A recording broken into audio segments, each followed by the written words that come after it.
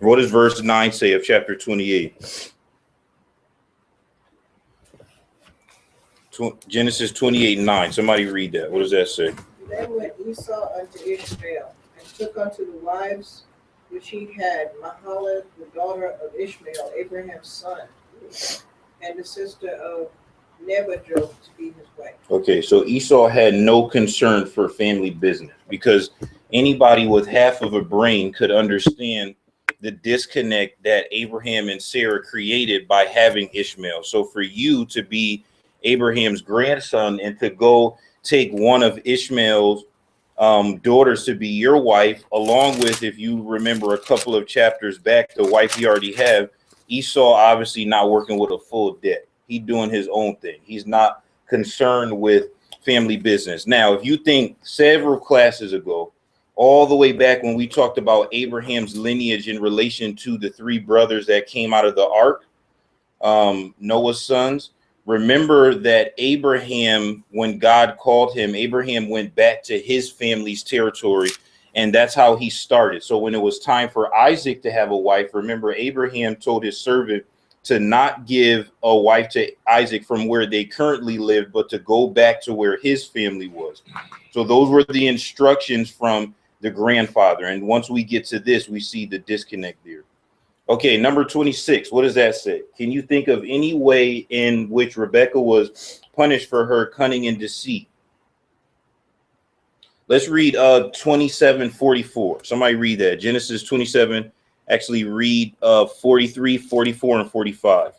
Now therefore, my son, obey my voice, arise to Laban my brother and Haran, and stay with him a while until your brothers turn away, until your brother and anger stay away from me, and he forgets what you have done.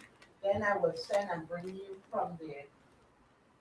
Why should I be rid of both of you in one? Okay, good. So that was her plan, to go until Esau's fury turns away just for a little while so she doesn't lose both of them one day, right? Now let's go to Genesis 31. Genesis 31 and read 38 through 41. What does that say? This 20 years have I been with thee. Thy ewes and thy she-goats have not cast their young, and the rams of thy flock have I not eaten. That which was torn of beasts I brought not unto thee. I bear the loss of it. Of my hand didst thou require it, whether stolen by day or stolen by night. You said the 41? Mm-hmm. Okay. Thus I was. In the day the drought consumed me, and the frost by night, and my sleep departed from mine eyes. Thus have I been 20 years in thy house. I served thee 14 years for thy two daughters, and 6 years for thy cattle. And thou hast changed my wages 10 times. Okay, now Rebekah told Jacob the instructions back in 44. Stay with him how long? Oh, a few days. But what happened? Genesis 31:41. How long was he there for? Oh, 20 years. The point is this: people misinterpret scripture and say, oh, none of this was bad because God already told Rebekah that wrong. Because God is the same today, yesterday, forever. God didn't tell anybody to start lying, cheating, and stealing their way into what he said. God said 2 nations war inside of you. He didn't say, hey, well, this day you should put goat hair on your son, go trick your husband. Like we come up with that. Oh, God told me that. So that's why I did this way. Same thing that Abraham and Sarah did. Some people say, oh, there was nothing wrong with that. Wrong again. God never told them to have Ishmael. God had to fix that. They messed up. So when we see that, Rebekah thought she had it all together. Go with him a few days. Esau just be upset a couple of days, and in that time you could find a wife, and then you'll be able to come back. First of all, she's forgetting something, because how long did it take for Isaac and her to get together? Remember, the servant had to get all the way over there. And remember, Rebekah's brother and mother was trying to convince the servant to stay weeks because they didn't want her to leave yet. So to me, for her to conjure up in her mind that just a few days is all that it would take, shows that she didn't have everything together in terms of her timeline. And then, I mean, as a mother, if you send your son away to do something for you for 3 days and the boy take 20 years to come back, I'm sure you think to yourself, man, maybe I didn't have all the answers. So it's important for us to gather from those two stories, Abraham, Sarah, and Hagar and Ishmael, and Rebecca, Isaac, Jacob, and Esau. Just because God prophesied something, it doesn't mean that he is forcing you to do the wrong thing.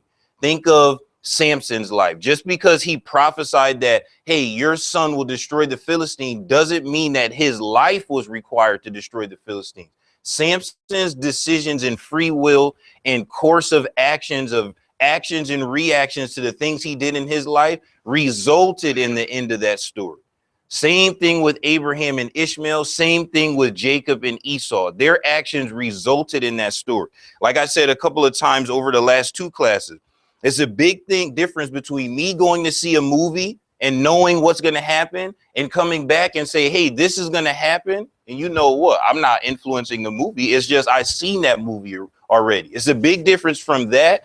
And then before a movie is created, talking to a writer, right? Because the writer is the one dictating the movie. So he's creating. It's a big difference between those two things. We think that God is forcing people to do good and bad things. It doesn't work that way. Your free will falls up underneath the constraints of God's divine will. God is not going to force you to do bad things, right? Because what James says, who is God that he should be tempted, right?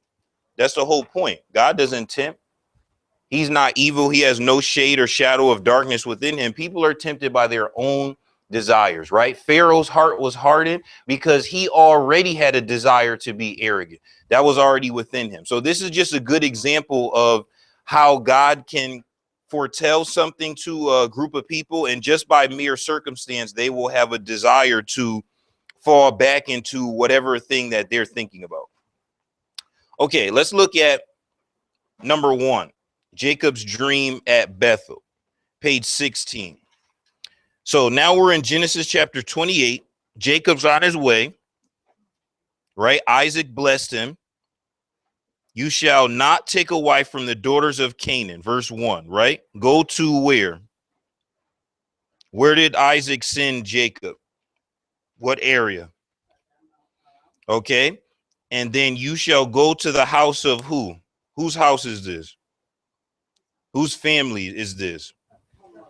Yes, mother's fathers, right? Take for yourself a wife from there of the daughters of Laban, your mother's brother. Okay, those are the instructions, right? Now, let's look at verses 10 through 22. We're not going to read those, but someone who's already read it and filled out, describe Jacob's dream. What would the things described in verse 12 impress upon him? Let's start there first. So verse 12, I'll read that one verse. Then he dreamed, and behold, a ladder was set up on the earth, and its top reached to heaven, and there the angels of God were ascending and descending on it. So what do you think that means?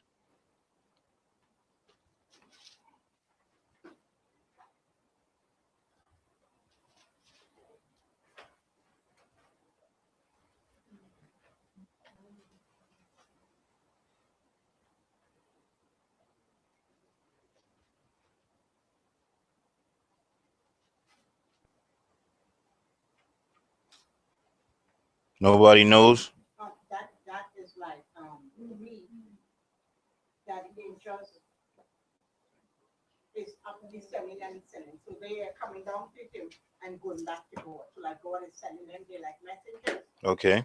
Because when you refer, it says God is still on top. So that's like a parent just telling the children to go downstairs and do so and so. Okay. Right? And the parent is standing upstairs giving instructions. Okay. How to carry out those instructions. Good.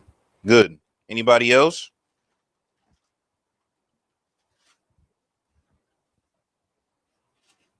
What would what's described in 12 impress upon Jacob? So we have this concept of messaging going back and forth between heaven and earth. God is sending the messages, and the messengers are the angels. So that's good. What would this impress upon Jacob? Anybody else? Jesus Christ will come from that lineage. Okay. And he will be ascending and descending. Okay. So a connection between Jacob's family and God and whatever future promise God has, right? Because we go all the way back to Adam and Eve. Technically, you're not that many far generations removed from that. So there's a promise of some sort of seed with the capital S coming to fix this sin problem that was created. Okay. Anybody else? Okay. Leadership. Leadership, ruler. Okay. Dennis? At the first talk about of ascending and descending. The concept, well, no, Enoch went up into heaven without tasting death. But at this time, right, remember there is no organized religious structure yet, right? These people are just experiencing visions, dreams, and conversations with God, right? It's not like us. We have a reference point to say this, that, and the third, right? Jacob is just experiencing something that his grandfather is the one who really started this connection. If it wasn't for Abraham, Jacob wouldn't be seeing any dreams, right? So the concept is good because Jacob, it looks like this would be one of Jacob's first experiences to this magnitude. Now, Abraham, Sarah, even Rebecca, Isaac could speak to this, but Jacob couldn't. And it's interesting that even though these deceitful things have happened, and even though he's now on his own journey, God still interacts with him, right? So that's important that Jacob gets this first time magnificent interaction, even after a sinful couple of days, right? And now you see this first type of interaction between God and him in this dream that's establishing a connection between heaven and earth. Because the problem with the people on the earth before the flood was they lost their connection with their spiritual creator in heaven, right? And after the flood, people went back to living the same way. So this connection has to be reestablished because nothing is going to happen between Abraham's descendants and God's promise until they tap into that connection. And it's interesting when you read the connection, right? And it talks about verse 14, it reiterates the same promise he gave to Abraham. Verse 15 says, behold, I'm with you and will keep you wherever you go and will bring you back to this land, for I will not leave you until I have done what I have spoken to you. So that's interesting, right? So then it says, do the words spoken by God in verse 15 seem to explain the meaning of what is seen? Okay, Sister Gloria. Ellis, John 1:51. Mm-hmm. This not pertains to that. What does that say? Hereafter he shall see heaven open and the angel of God ascending and descending upon the Son of Man. Not the exact same thing. Like, okay, so it's the same imagery, it's the same representation, but a different meeting, right? So the meeting in John is specifically about Jesus, right? And talking about establishing that he's the Son of God. In Genesis 28, Jacob and God are coming to an understanding of what needs to transpire during a certain time. And this is where people get confused when they start saying, well, God made a promise to the Jews, and even though Jesus came, the promise is still here today. Wrong, because his promise came with stipulations, just like a marriage, right? I'm going to stay married if you don't cheat on me. Oh, you cheated, you got divorced, right? Because remember, that's what I said, and everybody was a witness, so you broke that. There was a promise, and so especially when they came out of Exodus, right? When he had a lot of them together, he said, what? Don't forget me. If you forget me, then I'm going to forget you, and we're going to part ways. Now, to Jacob, he's giving him a beginning and an end. The end was what? Verse 15, that these things are going to transpire. He's not going to leave him until what? I have done what I have spoken to you, right? What has he spoken to you? Now, let's go back to verses 12 through 14. Somebody read that for us. What does 12 through 14 say? Let's read that all together. Then he dreamed, and behold, the ladder was set up on the earth, and its top reached the heaven, and there the angels of God were ascending and descending on it. And behold, the Lord stood above it and said, I am the Lord God of Abraham your father, and the God of Isaac. The land of which you lied, I will give you and your descendants. Also your descendants shall be as the dust of the earth. You shall spread abroad of the west into the east, and the east, to the north and to the south, and in you and in your seed all your families of the earth shall be blessed. Behold, I am with you, and I will keep you, and said, and I will keep you, and said, oh, I'm sorry, and I will keep you wherever you go, and I will bring you back to this land, for I will not leave you until I have done what I have spoken to you. Okay, thanks. Now, in John, Jesus is speaking to Nathanael. He's talking to Jews and giving them the same imagery, right? Because they would understand what Jesus was saying, right? Just like when Jesus said to them, before Abraham was, I am, they picked up stones because they knew what he was implying, right? So Jesus is establishing that he is greater than Jacob, which to Nathanael meant something, right? But to the Pharisees meant the opposite thing. To Nathanael, that meant, oh, I'm going to follow this guy.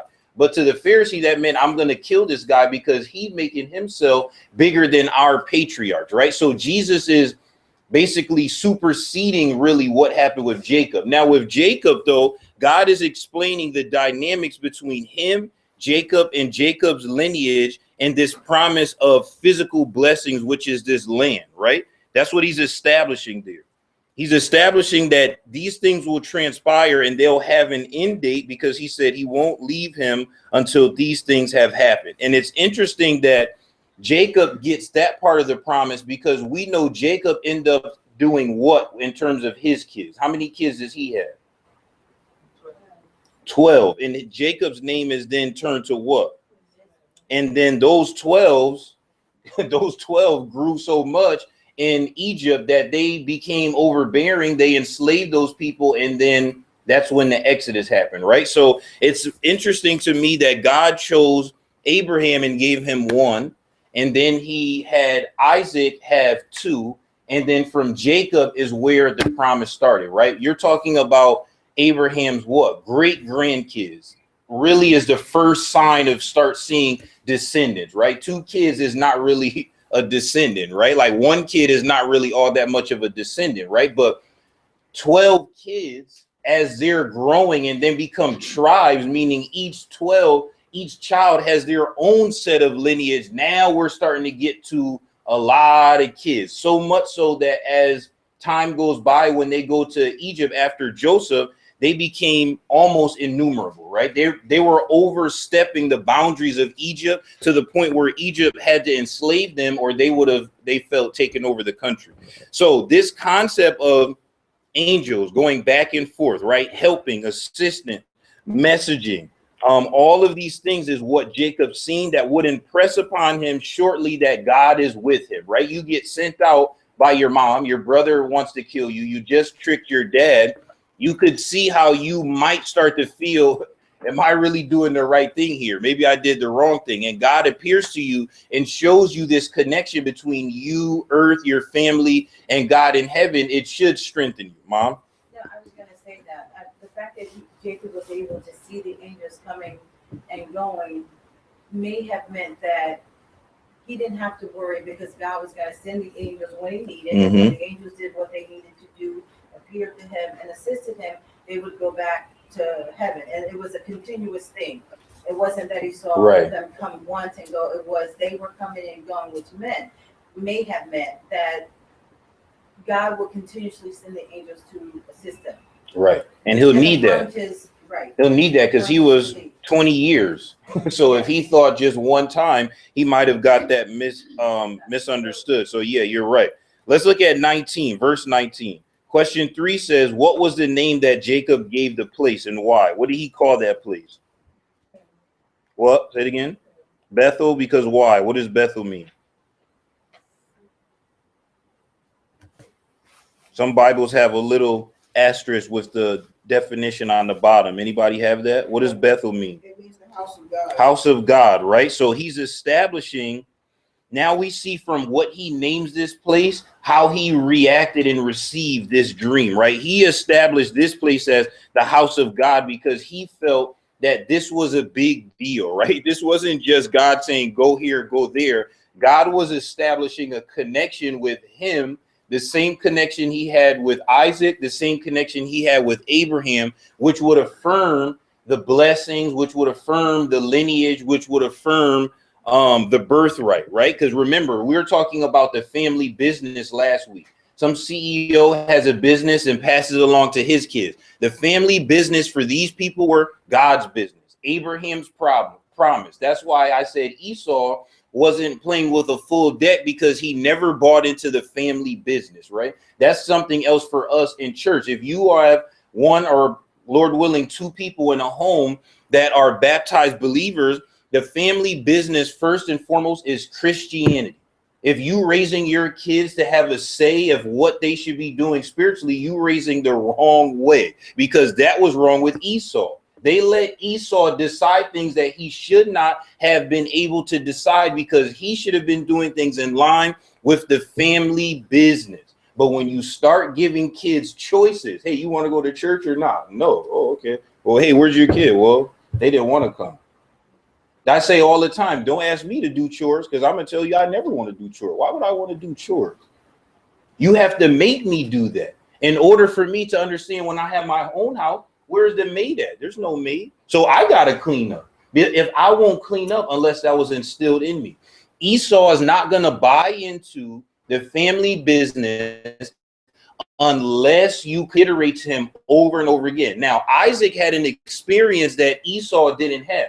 Remember, Isaac was old enough to remember getting bound up to an altar and about to die and experiencing that. So it affected him that way. That's why I said sometimes when you parent saying, oh, I want to give my kids everything I didn't have, that's always not the good thing, because some of the things that you did and did not have brought you to where you are today. That's the point. If you take away those life experiences, how will you get to where you are? That's the difference between Isaac and Esau, right? Because when Esau came around, Isaac was the blessing of the blessing, so he was comfortable, and those kids did whatever they want, and Rebecca shamefully enabled that, right? And the two of them picked favorites, and the house was divided because they weren't parenting in the right way. So when you look at this from a spiritual sense, the lineage, the down the road, right? We understand day to day they lost sight of that, because we do too. But when you look at it down the road and you use them as a family example,